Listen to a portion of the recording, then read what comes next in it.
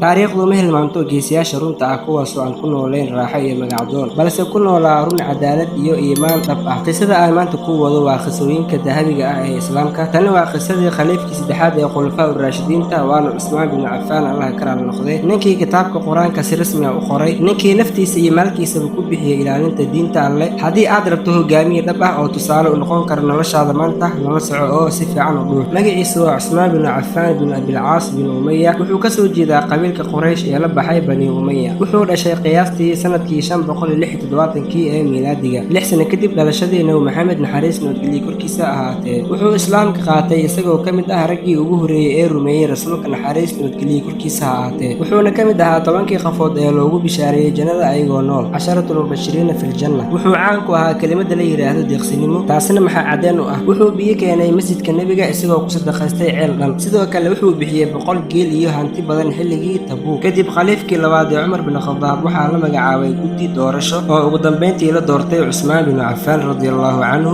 wuxuu xilka qabtay sanadka markuu ahaa 644 ee miilaadiga, wuxuuna khaliif ahaa muddo 12 sano ah. taasi ayaa noqotay xilligii ugu dheeraa ee khulafaa ur-raashidiinta. intuu xilka hayay wuxuu gaaray guulo fara badan, waxaana ka mid ahaa diinta islaamka ayuu gaarsiiyey dhulal cusub sida Armenia, Azerbaijan iyo waqooyiga Afrika. wuxuu dib u dhisay masjidka nabiga naxariis nabadgelyo korkiisa ahaatee. muddo kadib waxaa jirtay cabashooyin laga keenay qaar ka mid ah wakiiladii dowladdiisa. inkastoo samir badan uu muujiyey, dad mucaarad ah ayaa kacdoon sameeyey, waxayna ku soo urureen Madiina iyagoo ku eedeynaya maamulka inuu qaraabadiisa u xigsaday. inkastoo asagoo kariim ahaa, dadkii kacdoonka waday ayaa ugu dambeyntii weeraray gurigiisa, wuxuuna geeriyooday isagoo akhrinaya qur-aanka kariimka ah. waxaa la dilay sanadkii 656 ee miilaadiga isagoo 82 jir ah. maalintaasi muslimiintu waxay waayeen hogaamiye cibaado iyo cadaalad badan. khaliif Cusmaan bin Cafaan waa mid ka mid ah ragga ugu fadliga badan ee ummadda islaamka. wuxuu ku barayaa samir, cibaado, deeqsinimo iyo sida loo difaaco kitaabka Alle. qisadiisu waa mid ku habboon da'yarta maanta si ay u fahmaan xukunku inuu yahay mas'uuliyad oo ixtiraam ku jiro.